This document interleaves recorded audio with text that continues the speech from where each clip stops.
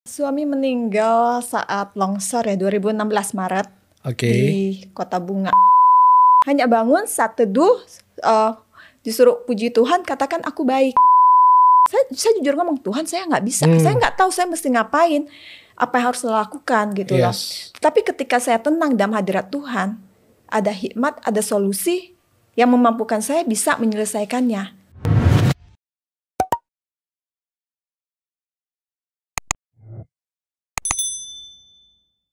Oke, kembali lagi di program podcast Today's Message. Kemarin, minggu yang lalu kita udah dengerin suatu kesaksian yang luar biasa dari satu keluarga yang bercerita tentang pernikahan mereka. Dan kali ini saya bersama dengan Ibu Lani. Ya, apa kabar Bu Lani? Baik. Aku enaknya manggil apa ya Bu Lani? Cilani, Kak Lani? Cici aja. Oh, Cici aja ya. Oke, hari ini kita akan dengar kesaksian dari Cilani tentang kehidupan keluarganya gitu ya. Bagaimana dengan anak-anak gitu. Dan aku kan mulai dengan mau nanya sama Cilani nih. Cilani kalau nggak salah tuh saat ini as a single parent ya, bener nggak? Ya.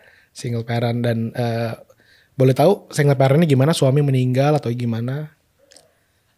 Suami meninggal saat longsor ya 2016 Maret di Kota Bunga, Bali. Ya, berarti dari tahun 2016. Dari 2016 menjadi seorang single parent ya, karena meninggal oleh suami. Bagaimana tuh waktu itu perasaannya Cilani? Pertama kali tahu suami udah nggak ada, dan itu langsung bercabang nggak, kayak langsung mikir, wah ntar anak-anak gimana, wah ntar bisnis gimana, wah ntar nih, atau santai aja gimana? Waktu awalnya itu kan waktu alami dalam longsor, kejadiannya terjadi karena longsor. Iya, waktu longsor. Waktu setelah saya dievakuasi, anak-anak dievakuasi, suami belum dievakuasi. Karena satu hal, anak harus dibawa ke Jakarta, saya harus menemani, saya dilarang untuk ikut kembali ke TKP. Jadi saat saya ke Jakarta perjalanan itu suami masih belum dievakuasi. Perasaan saya mengalami tersebut sebelum tahu suami meninggal itu sebenarnya banyak kemelut lah, pasti khawatir ada bagaimana suami di dalam.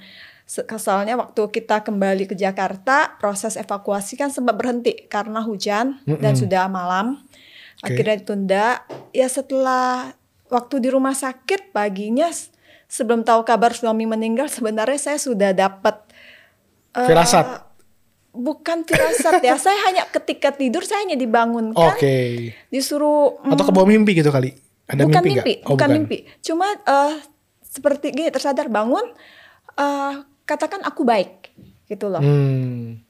Ini seakan-akan Tuhan yang ngomong sama Cilani ya. Ya benar. Hanya bangun saat teduh, disuruh puji Tuhan, katakan aku baik. Waktu itu masih jam-jam 5 pagi ya. Dan si anakku Tasya juga ya, yang dievakuasi terakhir, dia satu kamar dengan aku. Aku hanya bangun, aku nyembah, aku muji Tuhan. Oke, ini kondisinya Cilani udah sampai di rumah. Di rumah sakit. Di rumah sakit. Ini kondisi di rumah sakit ya, oke. Di Jakarta. Setelah selesai, saya hanya tanya Tasya. Tasya belum terlalu sadar gimana. Saya bangun, Tasya, kondisi kamu waktu sama papi gimana? Karena waktu itu dia orang terakhir yang bersama papinya kan. Iya. Dan posisinya kalau nggak salah deket ya tidurnya juga ya. Tidurnya kan kamar ya. Satu kasur. Ya, dan posisi dia dipeluk sama papinya kan. Jadi dia evakuasi 12 jam di dalam. Jadi memang dia yang tahu, karena waktu kejadian di dalam kan saya sama papinya kehalang sama tembok yang runtuh dari atas. Jadinya saya tanya Tasya, papi gimana kondisi di dalam waktu kamu terakhir di dalam?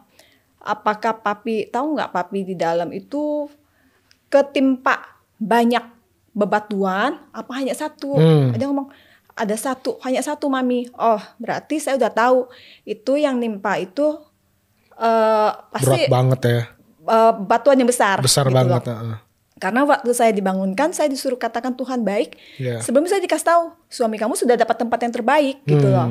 Dari situ sebenarnya saya udah secara nggak langsung saya sudah dikasih sinyal-sinyal, udah dikasih tahu. Jadi setelah gak lama hari itu siangnya gereja kan rumah sakit dapat kunjungan. Sudah mulai ramai, saya diajak keluar. Pastor, saya dikasih tahu bahwa suami udah nggak ada. Suami sudah nggak ada. Tapi saat dikasih tahu saat itu, jujur tenang ya. Walaupun sedih pasti ada, cuma kayak udah dapet kekuatan lah ya. Bener, nggak seperti firasat mereka berpikir takut tiba-tiba dikasih tahu gitu ya. Pingsan apa gimana. Tapi di situ sih tenang karena memang itu Tuhan sudah ngasih kekuatan. Gitu. Lalu kalau untuk yang lain-lain Ci, maksudnya setelah kejadian itu kan Cici kan berarti kan tahu bahwa Celani harus menjalani hidup keluarga sendiri saat ini dengan anak-anak gitu ya, dan juga kan dalam hal ini keluarga juga bersama suami ada bisnis ya. Nah itu setelah kejadian itu apa yang Celani mulai pikirkan tentang kehidupan keluarga? Jujur buat jalanin sendiri sama ketika masih bersama suami kan saya nggak, istilahnya saya seperti lagi di zona nyaman. Karena kita punya tugas masing-masing. Bagian saya anak-anak, keluarga, suami yang bekerja. Walaupun saya membantu, nggak tugas utamanya, saya membantu dalam hal yang lain. Gitu di bisnis ini kan? Dalam bisnis ini, misalnya pembukuan, keuangan, itu bagian saya gitu. Setelah ditinggal, pasti otomatis merubah zona nyaman saya harus keluar dari zona nyaman ini. Bagaimana saya menghandle hal yang selama ini belum pernah saya handle. Pasti jujur satu dilema karena kalau berpikir secara pribadi gimana buat handle-nya, gue nggak bisa gitu loh. Ini hal yang wilayah yang belum pernah gue handle gitu loh. Tapi dalam masa-masa itu saya hanya dikasih tahu, saya diingatkan gini, suami pernah sharing. Sebelumnya dia pernah ngomong gini, ketika gue nggak tahu gue mesti ngapain, seringnya ketika gue datang cari Tuhan, itu gue dapat ide-ide, dapat hikmat Tuhan, gue harus ngapain gitu loh. Nah, ketika gue diingatkan hal ini, gue hanya terlintas gini, you sekarang kan udah tahu. You udah tahu kunci keberhasilan suami lu tuh apa gitu. Bukan karena suami lu hebat, tapi karena aku yang memimpin dia. Sekarang you udah tahu kunci itu. Langkah yang kamu harus ambil apa? You praktekin kunci itu, pakai kunci itu gitu loh. Supaya lu tahu bagaimana saya memimpin kamu gitu loh. Dalam hal ini maksudnya Tuhan memimpin suami Celani ya. Akhirnya mulai saya mempraktekkan. Walaupun awal-awal kita ngomong selama ini selama ini suami yang sering bangun, dia saat teduh. Jujur karena udah punya anak, waktu saya berbeda. Lebih ngurus anak gitu ya. Lebih ke anak, jadinya buat bangun temenin, buat saat teduh kan pasti beda. Jam dia sama saya beda gitu kan. Akhirnya setelah itu mau gak mau saya harus berperan, saya harus benar cari Tuhan, harus bagaimana gitu. Tapi itulah letak kekuatan bagaimana bisa bertahan melewati tantangan, melewati banyak hal. Karena memang saya nggak bisa, tapi saya sering diingatkan gini, seperti Daud juga nggak bisa, tetapi Daud berkata Tuhan yang mengajarkan dia untuk berperang. Begitu juga saya diingatkan gini, Tuhan yang akan mengajar saya untuk berperang, menghadapi melewati hal-hal ini yang nggak pernah dilakukan dan nggak pernah sebelumnya jalanin gitu kan ya. Dengan bisnis-bisnis yang ya mungkin dulu cuman tahu lebih kayak apa ya, nggak sampai inti-intinya gitu kan. Nah kalau sekarang kan harus seluruhan. Tapi dengan waktu berjalan dari 2016 sampai saat ini, bagaimana tuh prosesnya sekarang? Apakah Celani udah mulai menguasai, dan bagaimana Tuhan memimpin Celani melewati semua itu? Untuk awal-awalnya di dalam masa masih belajar, saya bilang saya masih banyak hal saya pelajari. Saya bersyukur saya banyak disupport oleh keluarga juga. Jadi banyak hal seperti peranan saya ketika saya harus menghandle anak, peranan itu diambil alih oleh mama saya. Jadi mama saya antar jemput sekolah, les itu mama saya. Dan untuk kantor ya bersyukur saya disupport juga sama adikku. Tetapi seiring waktu memang saya juga dikasih tahu gini, sebagai seorang pemimpin saya harus lebih banyak berperan. Karena ibarat kita nakoda kapal, nggak mungkin itu kapal disetir sama yang lain. Harus kita yang berperan. Harus yang tahu arahnya mau kemana gitu ya. Benar. Jadi ya dari situ mulai belajar, apalagi dalam hal-hal yang tadinya produk apa yang harus diproduksi, itu kan bukan bidang saya. Ketika harus memproduksi produk-produk baru, banyaklah kebimbangan. Gimana, apa yang harus saya produksi gitu. Tetapi justru dalam kebimbangan itu hal yang gak bisa saya pungkiri. Saya harus satu hal harus saya ngapain dulu. Saya harus cari Tuhan dulu. Saya harus tenang dulu, mencari Tuhan. Disitulah saya percaya hikmat Tuhan yang memampukan gitu loh. Amen. Sehingga suatu waktu terobosan terjadi gitu loh. Saya yang tadinya nggak ngerti model, tetapi ketika saya melihat model, saya bisa mengubah bagaimana. Oh, model itu saya harus ubah ya, modelnya jadi begini. Jadi ada hal-hal gitu pengertian baru yang Tuhan bukain gitu ya? Yes, ada hal-hal baru sehingga bisa memproduksi produk yang baru. Oke, nah itu kan dalam hal bisnis. Sekarang aku mau nanya dalam hal mengurus anak, ya kan? Berdua aja kadang-kadang keteteran, apalagi sendiri, ya kan? Itu gimana tuh Celani selama 4 tahun ya, sudah lewatin 4 tahun mengurus anak, dan tiga-tiga juga umurnya kan kurang lebih kan mirip-mirip gitu kan, artinya selisih 2 tahun. Iya 2 tahun kan, berarti kan juga mereka masih kecil, perlu perhatian lebih, perlu juga support yang banyak dari orang tua gitu. Nah bagaimana Cilani bisa melewati, dan kalau saya sendiri lihat Cilani kan kayaknya bisa tough gitu kan, bisa lewatin semuanya tuh kayak bisa apa ya, pokoknya dengan baik lah, walaupun mungkin yang nggak kelihatannya adalah struggle yang mungkin Cilani hadapi gitu. Nah tapi yang aku mau nanyakan adalah bagaimana Cilani melewati waktu-waktu menjadi seorang single parent untuk 3 anak ini, dan apa yang Cilani mulai bangun lakukan kepada anak-anak. Apakah mereka diajar lebih mandiri atau seperti apa? Ya sih, untuk masalah ketika hadapin hal ini, hal yang pasti anak-anak pasti berasa kehilangan, karena bukan hanya kehilangan papanya, tetapi waktu saya bersama mereka itu pasti berkurang. Karena tadi waktu saya full, benar-benar full, pagi, siang, setiap saat tuh ketemunya saya. Tapi karena hal ini terjadi, saya mesti menghandle pekerjaan juga, otomatis waktu mereka bersama saya lebih berkurang ya. Berkurang. Tapi saya bersyukur sih buat anak-anak yang luar biasa. Mereka mengerti. Bahkan saya bilang gini, walaupun masih anaknya paling kecil, Esther kan waktu tinggal 2,5 tahun. Mereka bertiga mengerti, bahkan mereka menjadi mandiri ya. Saya lihat ketika saya pulang kerja capek, saya ketika mau istilahnya mau mandi, air panas udah disiapkan anakku gitu kan. Luar biasa. Padahal banget. Kalau kita ngomong di kamar, saya air panas tinggal nyalain, tapi udah disiapin di ember. Mami tinggal masuk mandi ya, itu udah saya siapin gitu loh. Padahal itu sesuatu yang menjadi surprise buat saya gitu loh. Wow, anak-anak itu diajarin nggak sebelumnya? Saya nggak pernah ngajarin maksudnya mereka. Kayak nanti kalau mami mau pulang tolong siapin nggak ya? Enggak. Wow. Jadi buat saya itu surprise gitu loh. Ada supportnya mereka. Jadi mereka, saya juga kasih tahu gitu loh. Memang mami nggak bisa hadir, nggak bisa nganter, pulang pergi sekolah. Sekarang mesti fokus. Tapi saya pastikan kehadiran saya selalu buat mereka ketika mereka ada acara di sekolah. Saya pastikan saya harus hadir gitu loh. Oke, jadi dengan kata lain kalau aku lihat ini, Tuhan memberikan suatu hal yang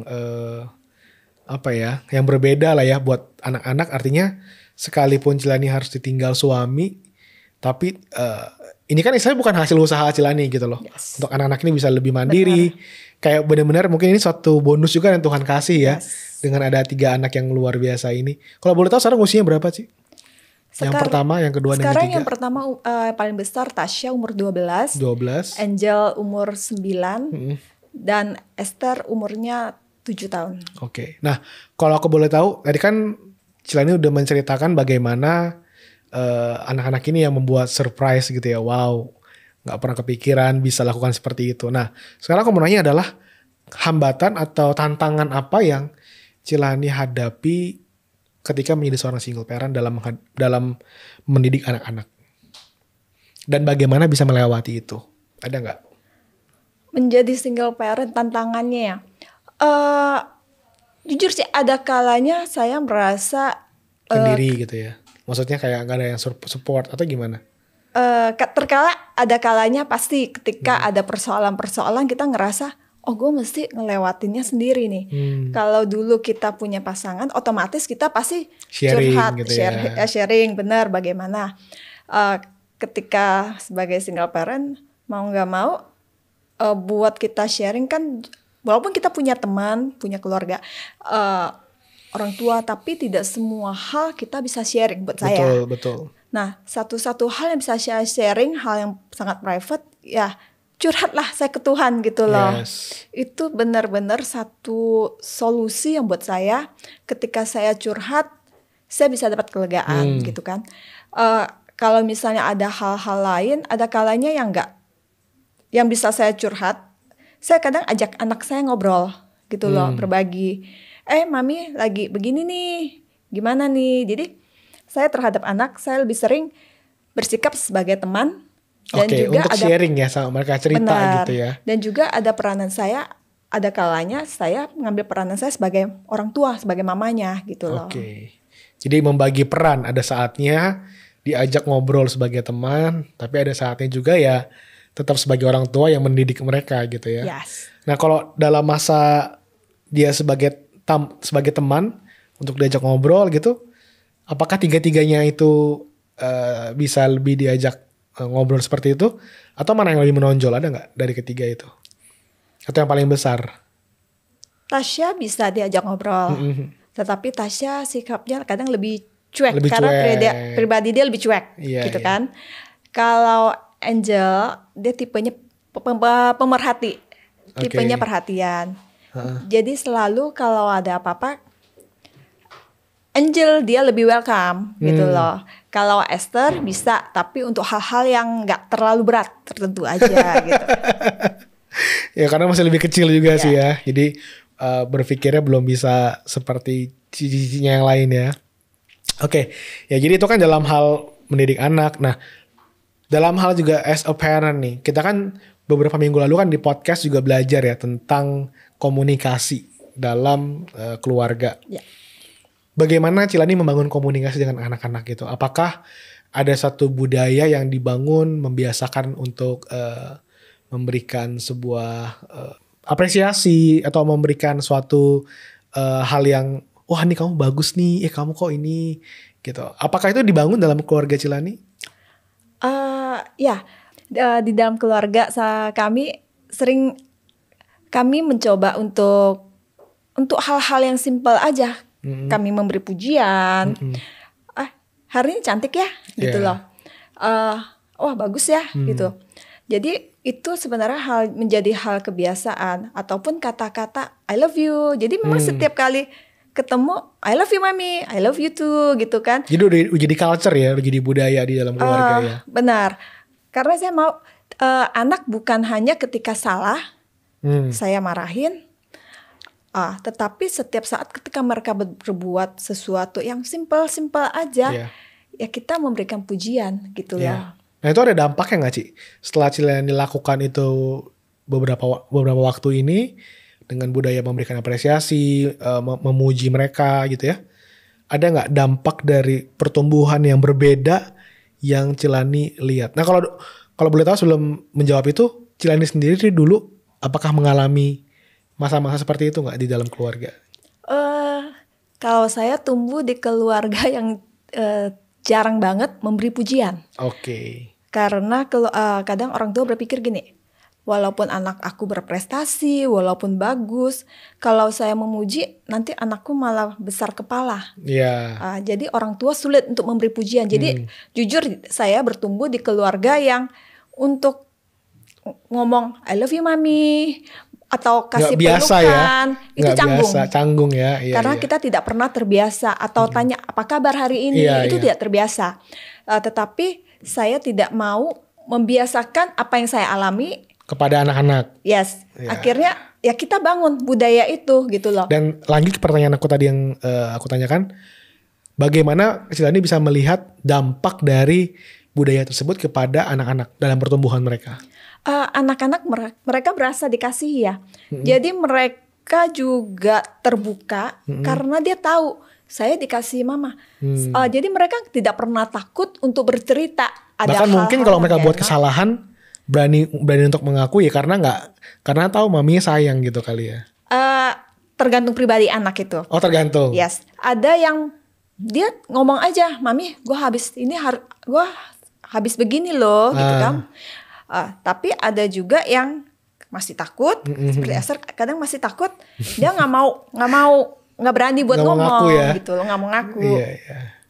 Tapi dengan kita membiasakan hal-hal, kita mensupport, kita memberi pujian, jadi dia terbiasa. Ada kalanya gitu, mami, aku ujian, aku dapat nilai jelek loh.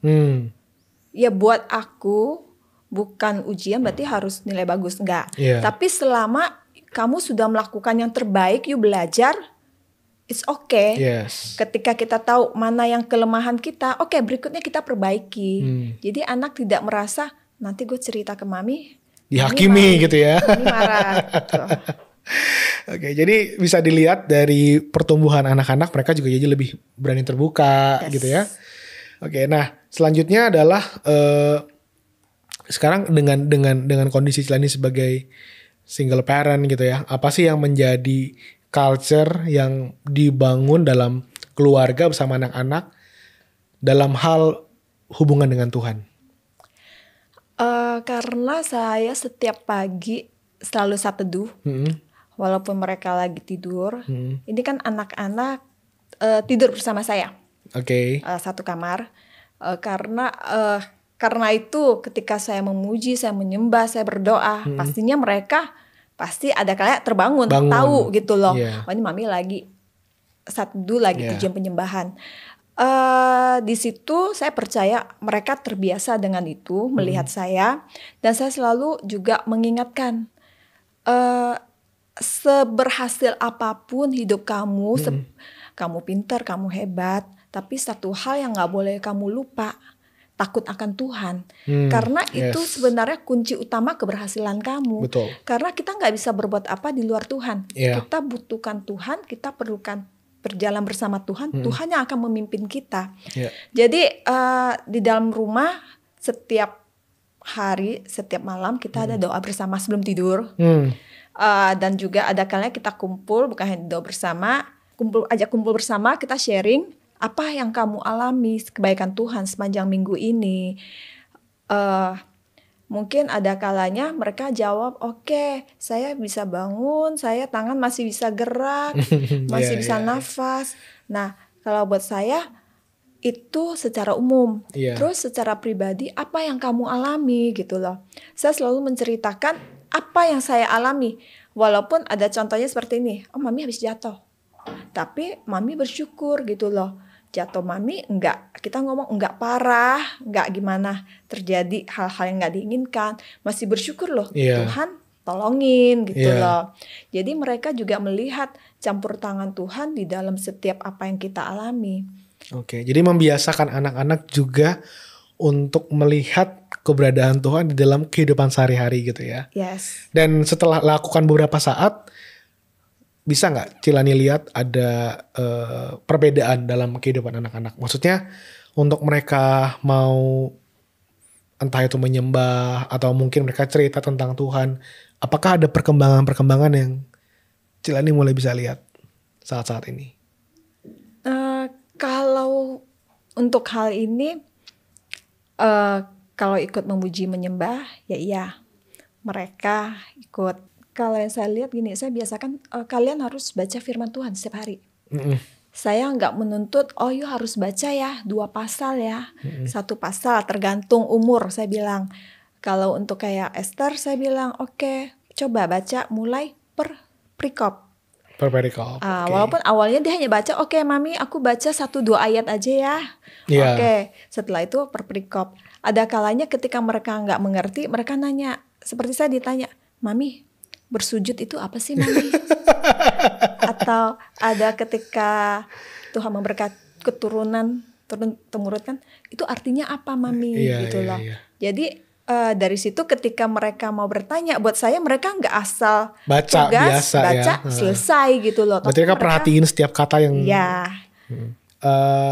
Ya dengan demikian Cilani bisa lihat bahwa anak-anak juga akhirnya punya suatu kebiasaan dan juga mereka juga akhirnya mau lebih teliti gitu dalam membaca firman gitu ya. Dan dalam kehidupan mereka sendiri, kalau Cilani lihat nih dalam mungkin secara psikologis atau mungkin di dalam cara mereka berkata-kata, apakah ada sesuatu yang berbeda saat anak-anak dibiasakan untuk ada dalam doa, baca firman gitu? Mereka lebih mudah ditegur, mudah diajar. Seperti gini, ketika mereka melakukan hal yang salah, kita ngomongin, dia mau untuk mendengar. Contoh beberapa waktu yang lalu sempat karena media sosial, sering online, kan sering omongan kayak I hate you. Itu viral. Kadang kita tegur, itu viral kok, Mami. Maksudnya itu hal yang biasa. Walaupun hati aku nggak benci. Nah, aku ngomong gitu loh. Walaupun you nggak benci orang, tapi apa yang kamu makan itu yang kamu keluarin. Yes. Kan kita nggak tahu bagaimana ketika lu nggak punya maksud begitu. Tetapi ketika lu tiba-tiba ngomong hal begitu ke orang, bagaimana orang itu merasa, wah saya dibenci. Sedangkan you sebagai anak Tuhan, kita diajarin buat apa? Mengasihi loh. Makanya saya bilang, oke, itu viral itu banyak hal. Tapi kalau kita nggak bisa menyaring mana yang boleh kita pakai buat ngomong, akhirnya kita tidak jadi berkat. Oke, nah setelah dikasih tahu gitu, apa yang menjadi reaksi mereka? Oke, aku mau berubah, Mami. Oke, nah the last part ya, bagian terakhir.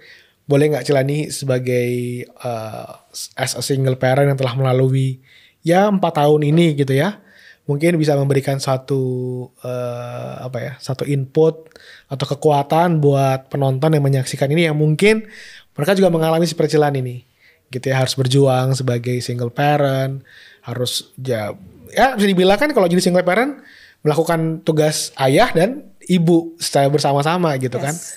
Nah, boleh nggak ada satu statement atau kekuatan yang bisa diberikan buat single parent yang mungkin lagi nonton podcast kita hari ini?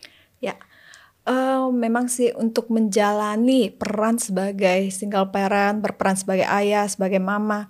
Sedangkan kita punya kapasitas, kadang bisa merasa overload kadang ya.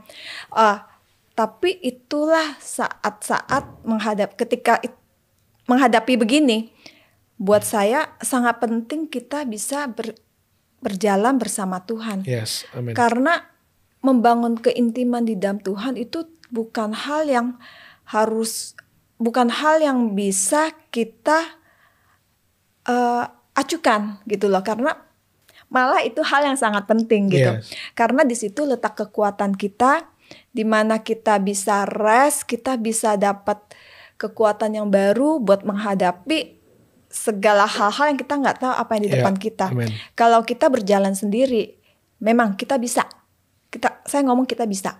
Tetapi ada batasnya, ada hal-hal yang kita nggak bisa kerjakan. Ketika kita datang pada Tuhan, apa yang gak mungkin itu Tuhan mungkinkan. Saya malah merasa gini, kasih karunia Tuhan itu banyak banget buat hidup saya. Yang kadang saya gak tahu bagaimana saya harus selesaiin satu persoalan.